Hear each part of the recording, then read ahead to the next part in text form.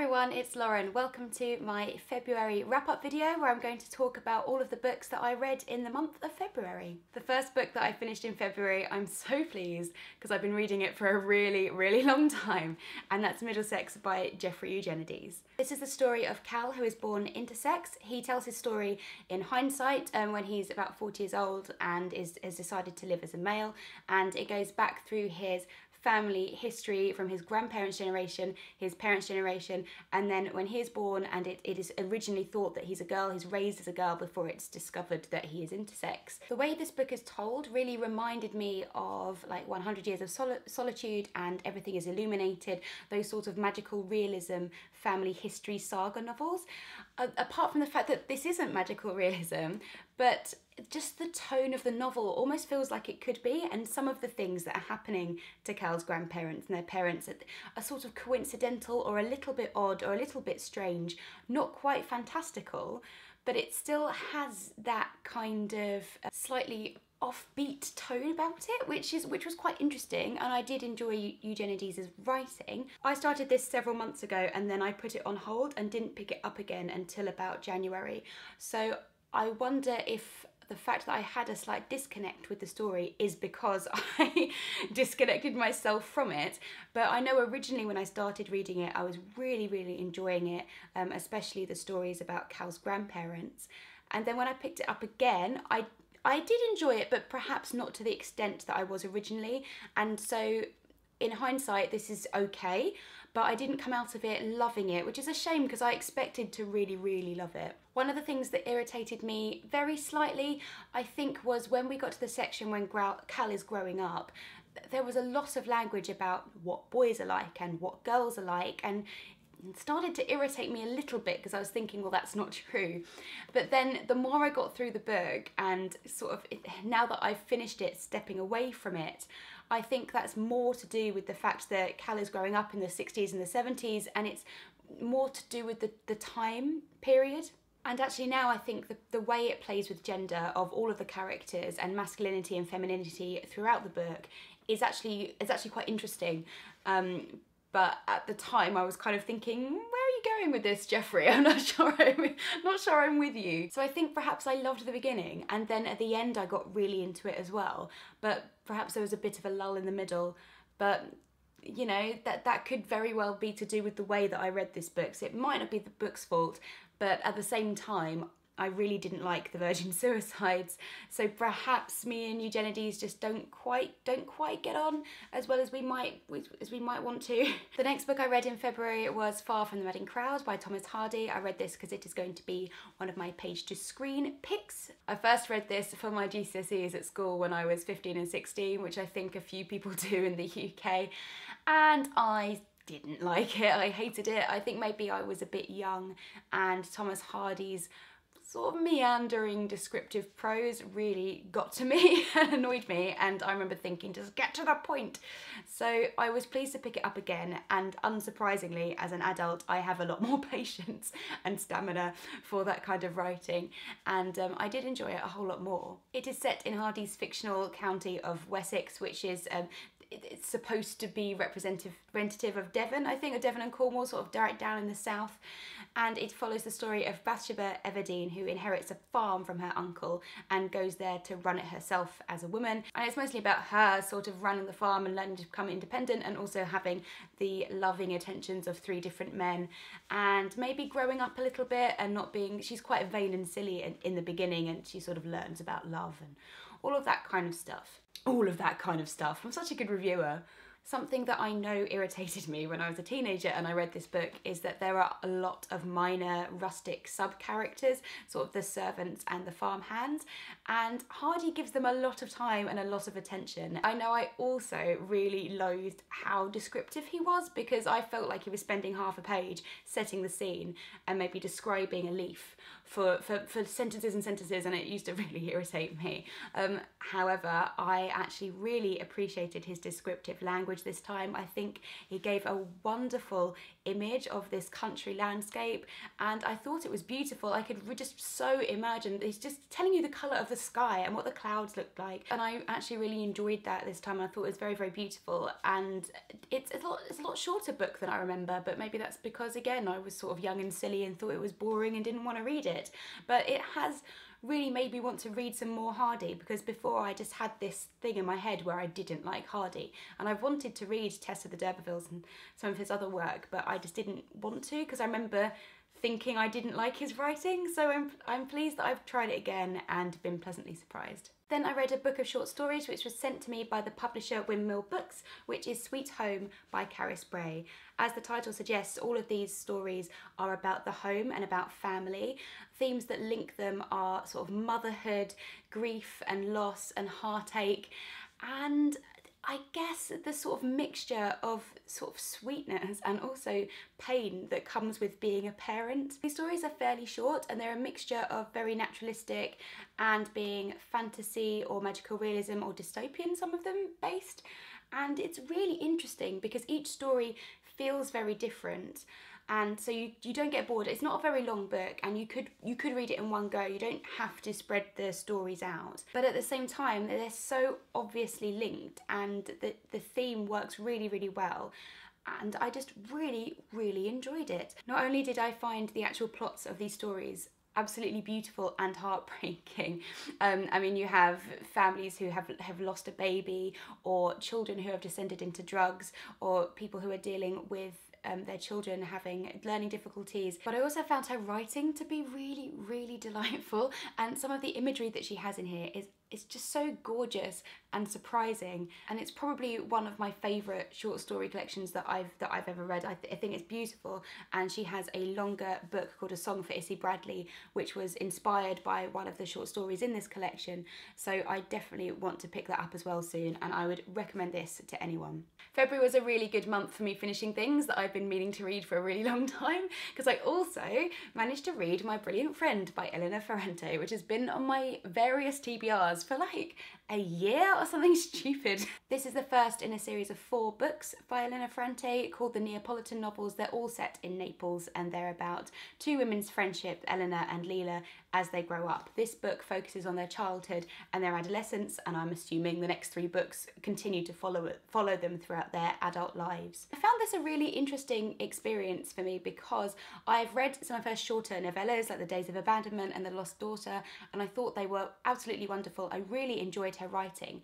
But this book was actually quite different, and it wasn't really what I expected. It's a lot slower, and the plot, it's one of those things where not very much happens because it's just about them growing up, so lots and lots of small things happen. There's no big revelation at the end of the book or anything, but that probably is because it's the introduction to a much longer series.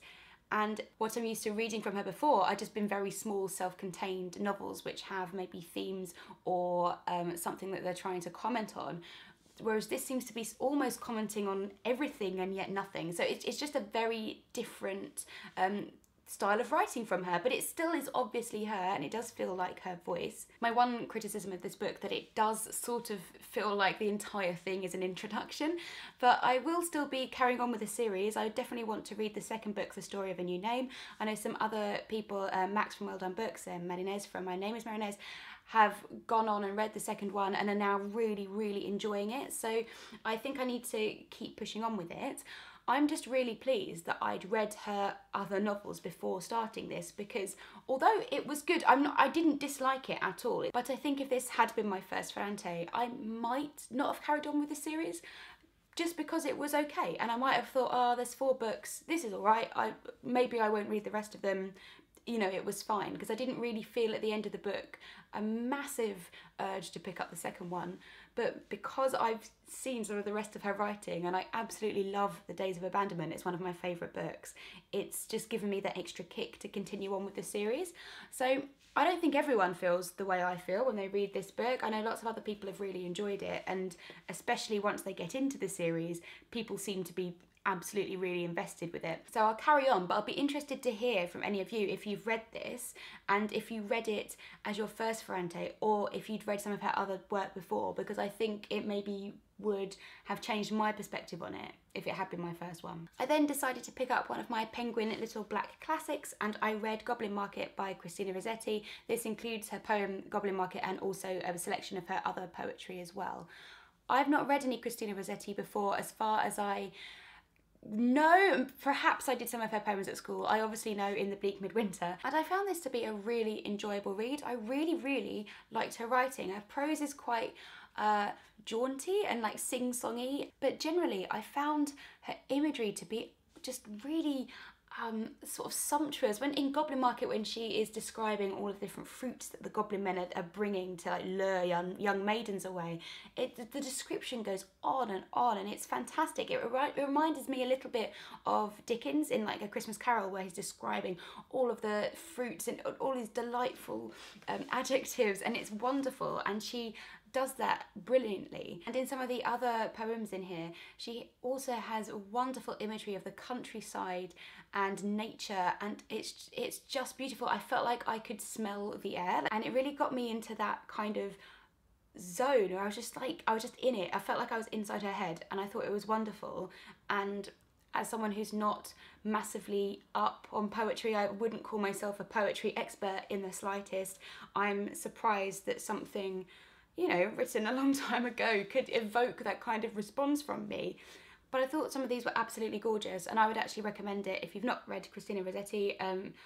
I thought this was a really great introduction to her work. And finally, the last book that I read in February was an advanced reader's copy of What Is Not Yours Is Not Yours, which is a book of short stories by Helen Oyeyemi. I was really excited to read this book of short stories, so I was so happy when Pang Macmillan sent it through to me. It comes out on the 27th of April this year. I don't think this is what the cover is going to look like, but I do think it's absolutely beautiful for an ARC, with this rose on the front.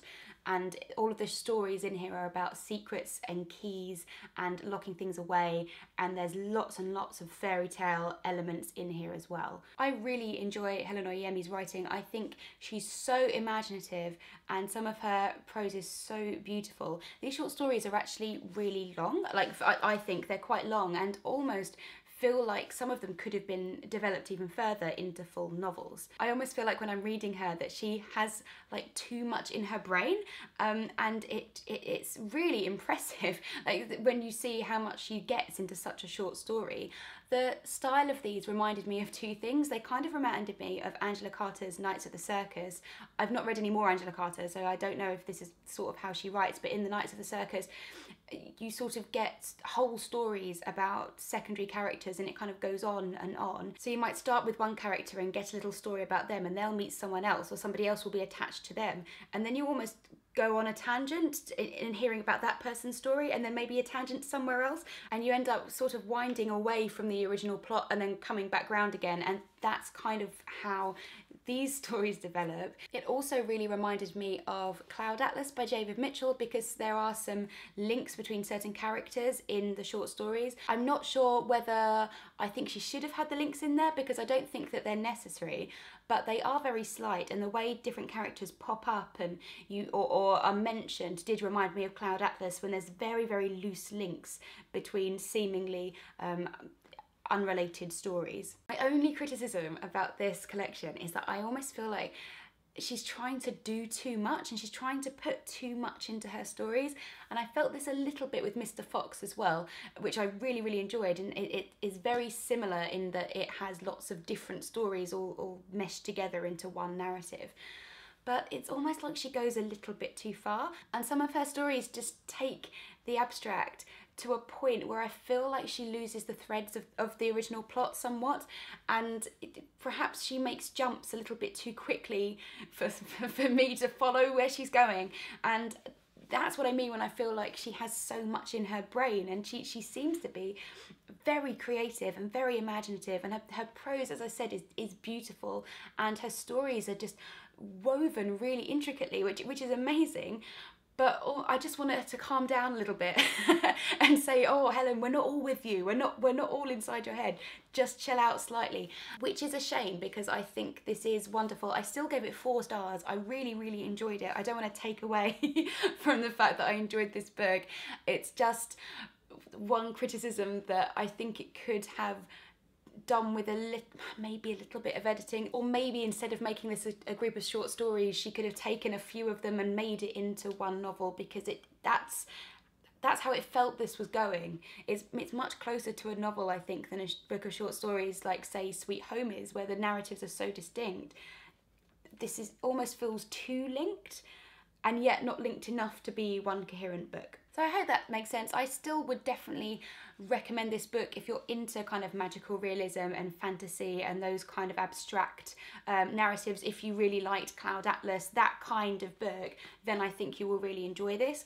I wouldn't pick this up if those kind of tropes aren't your thing, because it does take those kind of themes quite far. So if you don't really like fairy tales or magical realism, then you probably won't like this, but that's not to say you wouldn't enjoy Helen Oyeyemi's prose or her writing, but it's probably quite an acquired taste, that's all. So that's what I read in February. I was quite pleased with what I read, because I got some stuff that I've been meaning to read for a while off of my to be read list, which is always such a relief. As always, I would love to hear from you if you've read any of these already, and let me know what you've been reading in February, and I will see you in my next video. Bye bye. Who runs the Vintage channel, which you should go and subscribe to if you're not already, has asked, is there a book that everyone loved and you absolutely hated?